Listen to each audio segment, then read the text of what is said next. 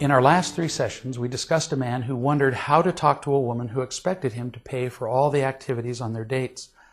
I suggested some questions he might ask and some answers she might give. And in the last session, I asked, what do we do with all this information that she might give him with her answers? Now, back to the writer of the letter. As we mentioned in the first session, we're wise to remember that in all our relationships, we have only 3 choices. Live with it and like it, live with it and hate it, or leave it. The second choice, live with it and hate it, is always unproductive. Can you think of a single time in any kind of relationship where you've stayed in a relationship while resenting the other person and then been happy? It's impossible. And yet, this is exactly the choice you're making right now. You don't like it that she's expecting you to pay for everything, and yet you stay in the relationship while resenting her behavior. That's never any fun. Now, you could make choice number 3. You could dump her. But then you wouldn't have learned a thing. And you'd go through the same thing over this or another issue in the next relationship, and the next, and the next. So at this point, choice number 3 doesn't make sense. Why? Because you don't have enough information. And because your skills with relationships are not good enough to make this decision. How about choice number 1? Just live with it and like it.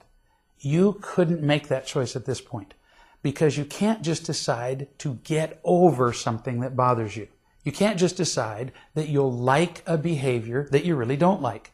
But with more information, you could learn to make the first choice. Live with it and like it. Now, how would that look? First, you decide that the second choice, live with it and hate it, is just dumb. Resenting her choice just doesn't make any sense. Now, with the information you gather about her, you can meaningfully decide whether you want to make the first choice, live with it and like it, or the third choice, leave it. For now, just decide that you'll accept her, period.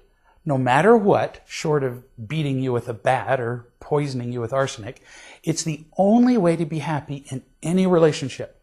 Then, as you two talk about things like who spends money on whom during dating, you're gathering information about whether you stay in the relationship or you leave. Whether you stay in choice number 1 or you move to choice number 3. See how easy this gets? No stress, no worrying, just more information with which you then make different decisions. That's all there is to it. Now, one last recommendation. The more experience you gain with real love, the better everything goes in every relationship. Always, always be finding more real love in your own life. That's always your next step.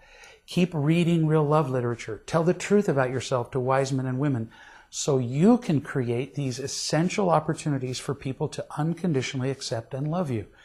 The more you do that, the more you will accomplish many things. Among them, first, you will become a more loving person, and you will thereby tend to attract partners who are also more loving. Second, you won't be fooled by partners who offer imitation love. Without much experience with real love, we are easily seduced by the strong attractions of imitation love. But once we have tasted real love enough times, we can't be fooled nearly as easily. Dating, as well as any other relationship, can be consistently fun and relatively easy when you remember that it's always about real love.